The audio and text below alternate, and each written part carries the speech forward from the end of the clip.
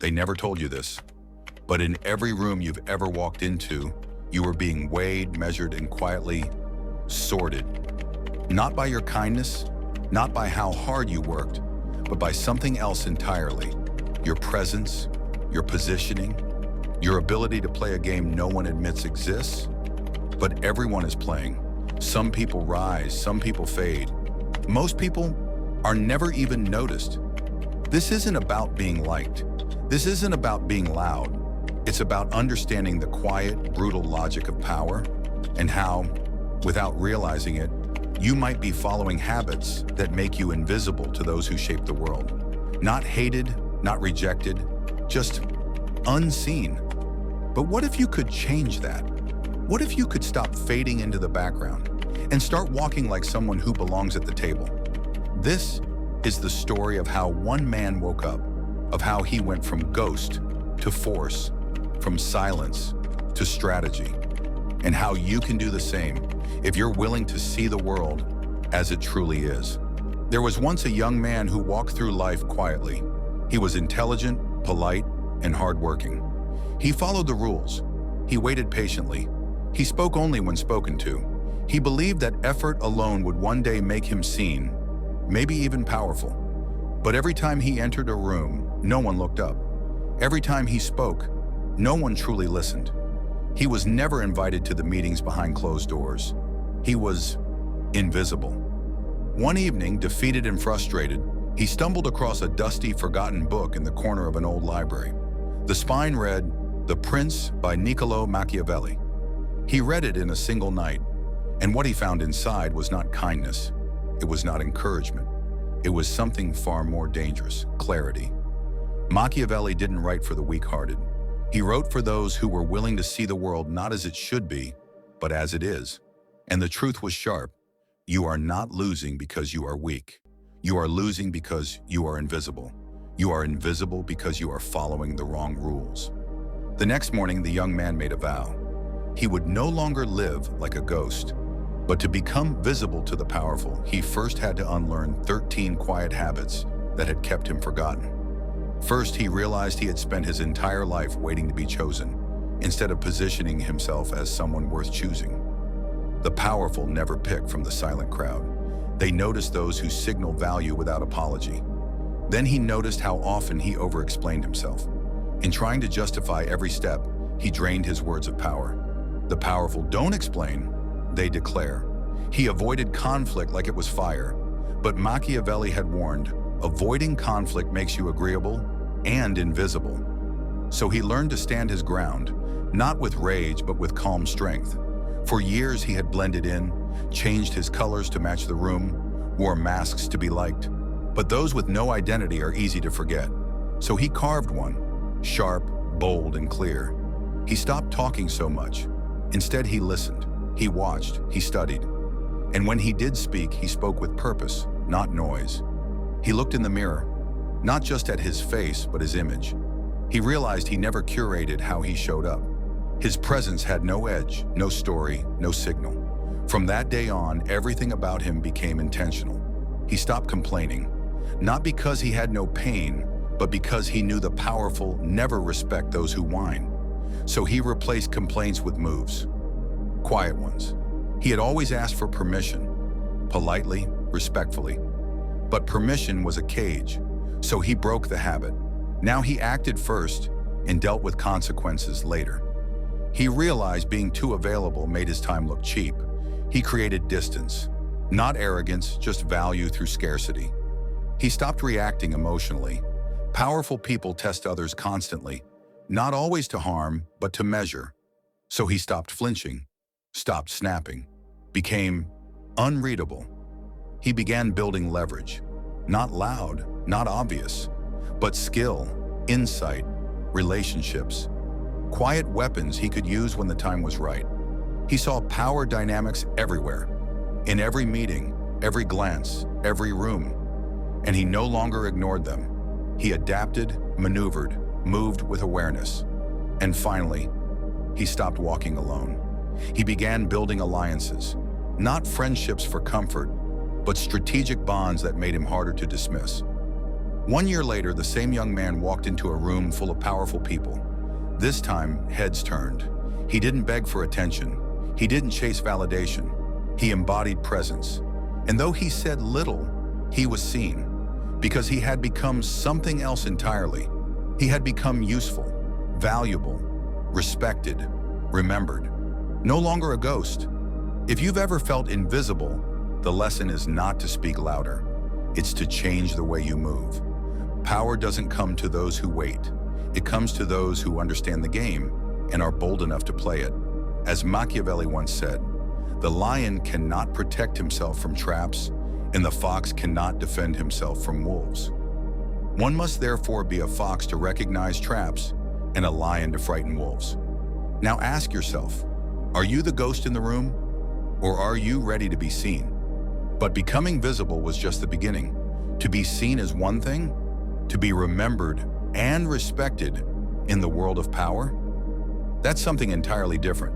He quickly realized, the moment you step into the light, you're no longer invisible, but now you're a threat.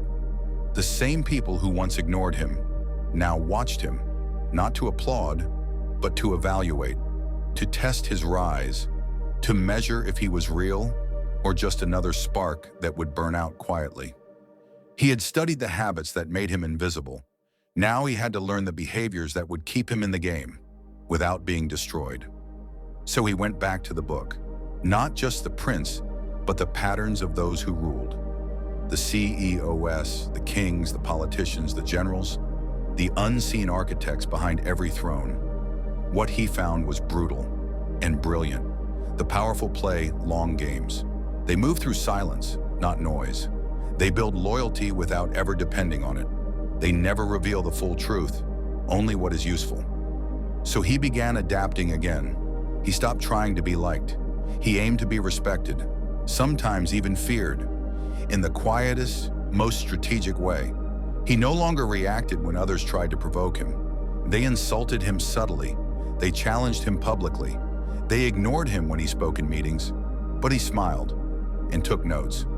Never interrupt your enemy when he is making a mistake. He learned to reward in silence, to punish indirectly, to move people without force, through influence, not demand. He studied not just what powerful people say, but what they don't say, how they pause, how they enter a room, how they exit one. Even more important, he trained his face to stay neutral, his voice to be calm, his words to land like weapons, chosen, sharpened, timed. But this new life wasn't easy. It was lonely. You see, once you step out of invisibility, you lose the comfort of the crowd, the approval, the safety. He began to notice the cost of his transformation. Old friends said he had changed. Some called him cold, calculated. Others just disappeared. But in private moments, he remembered what Machiavelli had warned. He who becomes a prince through fortune must work harder to maintain his power than one who rises by virtue. So he accepted the isolation. He welcomed the silence, because he knew the world doesn't reward the loudest voice. It rewards the most strategic player. Over time, he stopped chasing power. He started embodying it. He made decisions that shaped outcomes for others. He whispered ideas that became company-wide initiatives. He turned alliances into leverage. And slowly, he became one of them. Not by imitation, but by understanding the rules and rewriting a few along the way. Now, when others walk into a room hoping to be seen, he's already in the room deciding who gets invited next. He remembers what it was like to be invisible, but he also remembers what it took to rise. And if you asked him today what changed his life, he wouldn't say motivation. He wouldn't say talent. He wouldn't even say luck. He would look you in the eyes, pause, and simply say, understanding power changes everything. Final reflection. Power is not a goal. It is a tool. Neutral, cold, effective.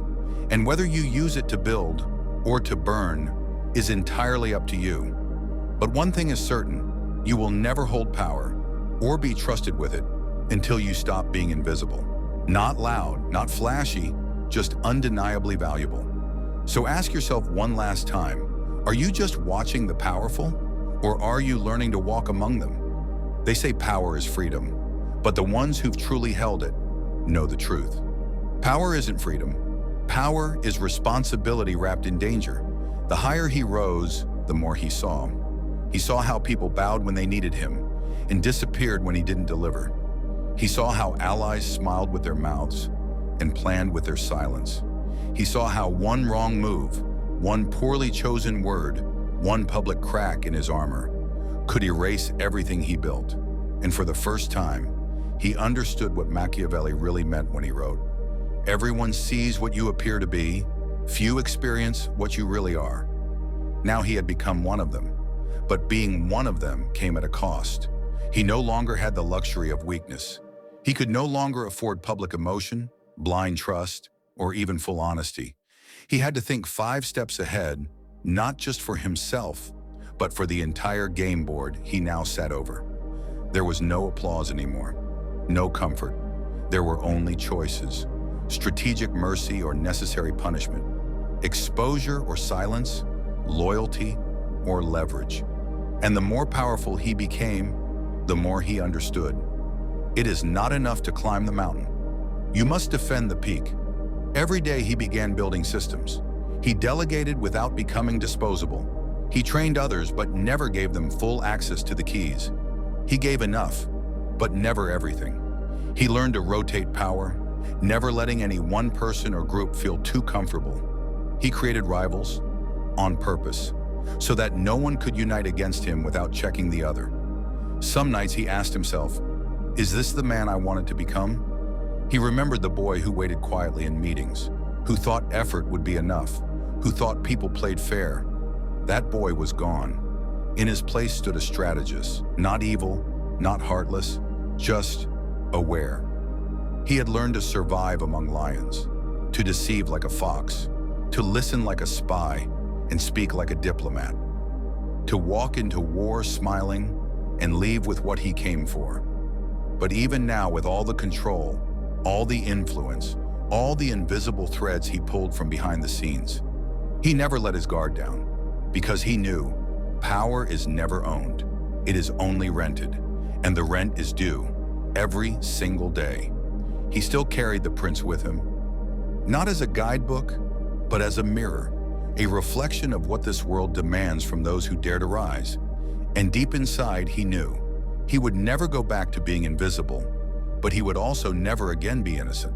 Because once you understand the game, you are the game. Final reflection, part 3. Power is not light. It is not glory. It is not validation.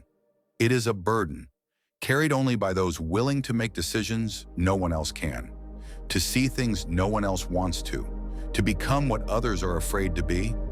And if you still think you want power, ask yourself, can you handle the weight of being seen, of being needed, of being hated? Because when you rise high enough, everyone either wants to use you, replace you, or destroy you.